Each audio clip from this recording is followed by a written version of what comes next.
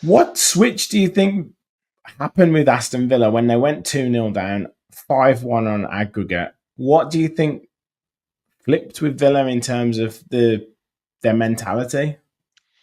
I think it was very much we've got nothing to lose now. Mm. I mean, I do think some of the post-match sort of commentary and content that I've seen, I do think it was kind of alluded to by one of the people I saw talking, but it was evident in the play because obviously we were having shots and we were a lot more direct. I was really pleased with the energy levels, and I felt like we took an opportunity in that game. Obviously, we got a goal back fairly quickly with Tielemans, and then there was still a bit of time before half time. It came out second half, the two quick goals. And that obviously really, really changed the game. But yeah, it was all started by Yuri, wasn't it? And not his cleanest strike, but that's almost the perfect example of if you have a shot, there's a good chance you're going to get a deflection, a second ball, maybe it's going to come out to you. You're putting pressure on their goal. I mean, if we think about the success we've had this season, we got through to this stage because of a Ross Barkley deflected free kick against Leipzig, didn't we? Yeah, and a goal out of nothing moment from John Duran that beat Bayern Munich. Yeah. An own goal that got us the 2-1 lead against Club Brugge away from home. Yeah, so you got to have a go for it. I mean, even McGinn's goal last night to get us back, 2-2 on the night was actually deflected. Maybe wouldn't have gone in if it had been not got took the nick. So you've got to have shots in football. You've got to have shots if you're around the box. You got to go for it. I mean, actually, some of our better chances Donnarumma did better with than some of the ones arguably you thought you might have saved. So but yeah, I mean, obviously, it was just. I mean, once that goal went in, I still thought at half time, well, this is going to be a hell of a task. I don't fancy our chances. Next goal is going to be key.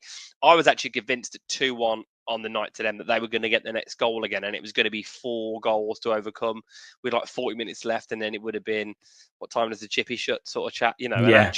And actually, when it went to 2-2, we were like, right, okay, so we need 2 more goals.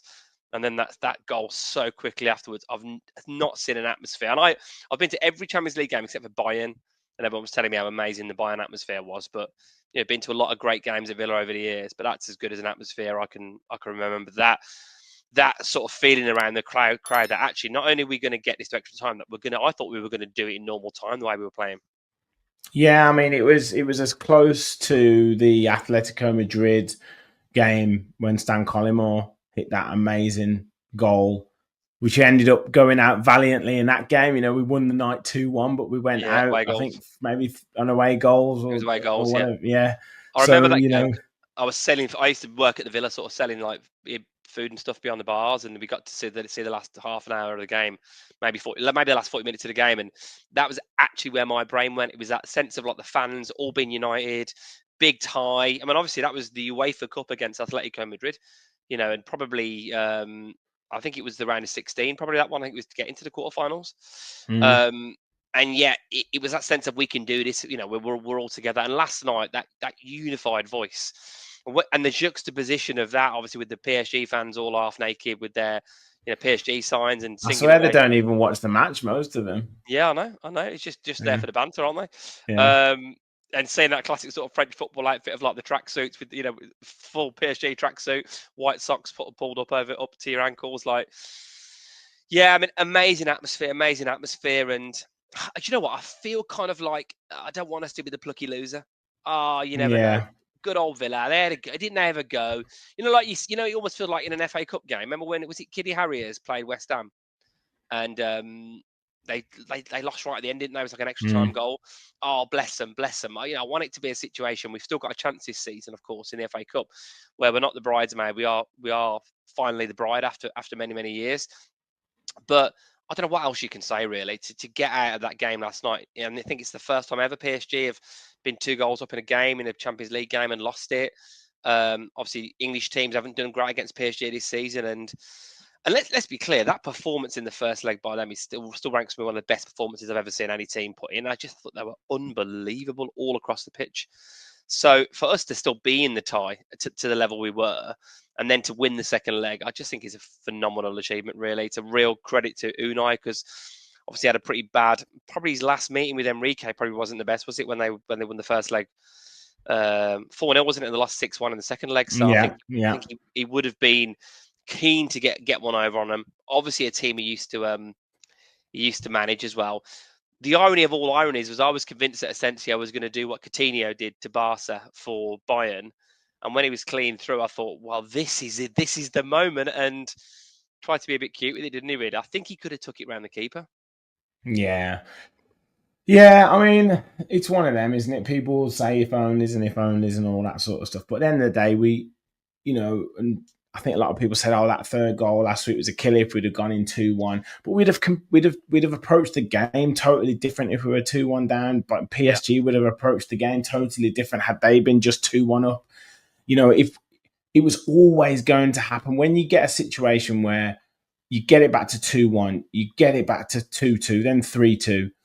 You're going to have a lull. That's just what happens. Like PSG aren't an amazing team for nothing, right? We had them on the ropes, but the boxer who's on the ropes and you don't quite get the knockout blow is going to clinch. He's going to come back with a couple of punches. They're going to settle themselves down. They're going to sit and take a knee count and just gather their thoughts together. And that's always going to happen. It was virtually impossible for Villa to keep that intensity and that momentum going without PSG having a little bit of time back. And maybe even had we scored, maybe even had we gone to extra time, PSG might have got 2 or 3 goals, and then it becomes a moot point because we might have punched ourselves out of it, and then it's kind of almost not that it's better to lose. Of course, it's not. But we won the game.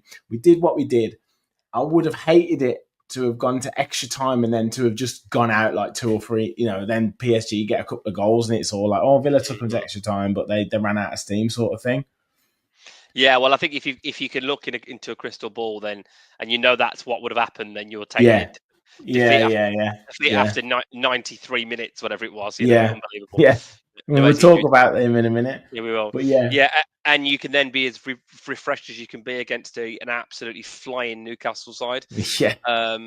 But yeah, no, it was. You're absolutely right. The game, how the game goes, very much changes what happens in the game, doesn't it? And I don't think ordinarily we'd be scoring 3 goals in the space of 30 minutes. What do you think about the Watkins situation? I mean, I was kind of convinced he would have started yesterday, maybe Rashford off the left, but I don't know. I mean, who doesn't play? Apart, who does he come in for in terms of that game last night? Well, I don't think you could fault the selection of Onana. I thought he was great. I thought the midfield generally. We obviously mentioned McGinn, Tielemans. Obviously, he's unbelievable, isn't he, Tielemans?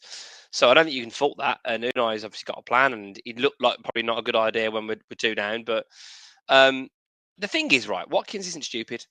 And he knows he's not been in great form up until, he obviously got his great goal the other day. He's missed quite a lot of chances. Still think he's the one that's missed the most big chances in the Premier League this season. And this is not, I'm not going to go into an anti-Ollie Watkins. Yeah, I do hate that argument. I do hate it. I just hate that. Oh, he's missed the most big chances. I just hate that. But you've said it. Yeah, I've said it. Yeah. And so for those who've watched the channel before, there are some of us that get on it about Ollie, right? I'm desperate for him to beat the record for Gabby. I think he's been fantastic. We know all about that. Another season of 20 plus goals and assists. But you've brought in Marcus Rashford, who's looking like he's in good form, and something's got to give somewhere, and he's got to make a decision. And I don't think you can look at Rashford's performance last night and think that Watkins necessarily would have done anything better than that. Clearly, it's frustrating, but it's a sign of a big club. It's one of a big club with a lot of options. I think people are saying maybe that both of them could have started. Maybe you could have put Rashford off the left and Watkins up front. But like you said, does that mean that Onana's out of the team? What McGinn? Look at the look at the performance that John McGinn put in. You know, Ramsey didn't start, so does that? You know, should Ramsey be complaining? Like, do you know? Like you said, we've Oh, got a strong squad. should Mings be complaining? Should Disassi be complaining? Should Matson be complaining? Um, Yeah, the thing is, we can't have both arguments, right? I mean, people can say yeah, what they want, of course, and I did believe, and I would have personally selected Watkins. I thought that goal should fantastic finish, obviously at the weekend, should have given him a lot of confidence to then go into tonight, and he's your main man. I would have started him, but you can't argue generally that every single player did really well, and then argue at the same point that he's made the wrong team selection. And I mean, ultimately, we beat PSG on the night, and that is probably all you could have hoped for, because I didn't think I predicted like a 2-2 draw. I thought we'd score, they'd score. And at one point, obviously, deep into the game, deep into the first half, we're thinking we're probably going to get beaten 4 or 5-0 here. We're going yeah. to chase it a Exactly, little bit and get exactly. picked off. But there's Yeah, always going to be selection headaches. But this is the thing. We know as Villa fans, you're now seeing the media across the board talking about, oh my God, have you seen Villa's bench? Like yeah, everybody, it's yeah. almost like a cheat code that everyone seems to have worked out, except there's not much they can do about it when we're bringing on the Asensios and the Marlons and the Watkins, like we Well, are in games recently. this is it. People have been saying like, "Oh, Marlon should be starting and should have had this," but instead of who? Like, Mm. it's so difficult to say.